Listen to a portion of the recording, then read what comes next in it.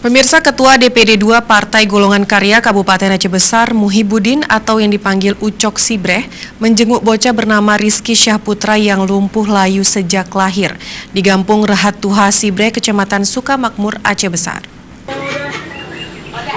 Sebelum berkunjung ke rumah Rizky, Ucok Sibreh yang juga merupakan Ketua Komisi 5 DPRK Aceh Besar asal daerah pemilihan 4, terlebih dahulu menyambangi toko furnitur di Simpang Anik Galung untuk membeli tempat tidur berupa kasur dan bantal, serta bantuan sembako lainnya.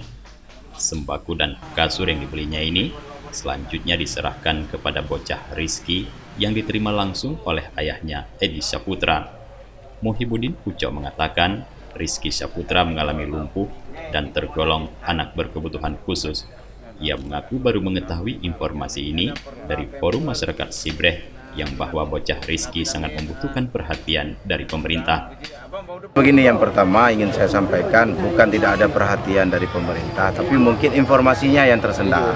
Mungkin dari pihak keluarga selama ini yang namanya ini musibah di dalam keluarga, tidak mungkin melaporkan ke sana kemari. Tetapi karena masyarakat sekitar kita perhatian, sehingga saya baru hari ini dapat informasi dari saudara Behaki. Beliau juga aktivis masyarakat di Sukamakmur, mungkin lebih sering melihat keadaan di sini, dapat informasi tersebut sehingga kita langsung tindak lanjut. Dan ke depan, tadi saya coba hubungi Kepala Dinas Kesehatan, cuma kondisinya HP tidak aktif, tapi saya akan tindak lanjut lagi nanti sampai mereka turun ke lapangan melihat langsung kondisi si anak. Mudah-mudahan ada hal yang bisa dilakukan oleh Dinas Kesehatan. Bocah Rizky Syahputra merupakan putra ketiga Edi Syahputra yang merupakan seorang buruh kasar. Edi yang kesehariannya bekerja sebagai juru parkir tergolong dari keluarga tidak mampu yang masih menempati rumah tidak layak huni yang sangat membutuhkan perhatian.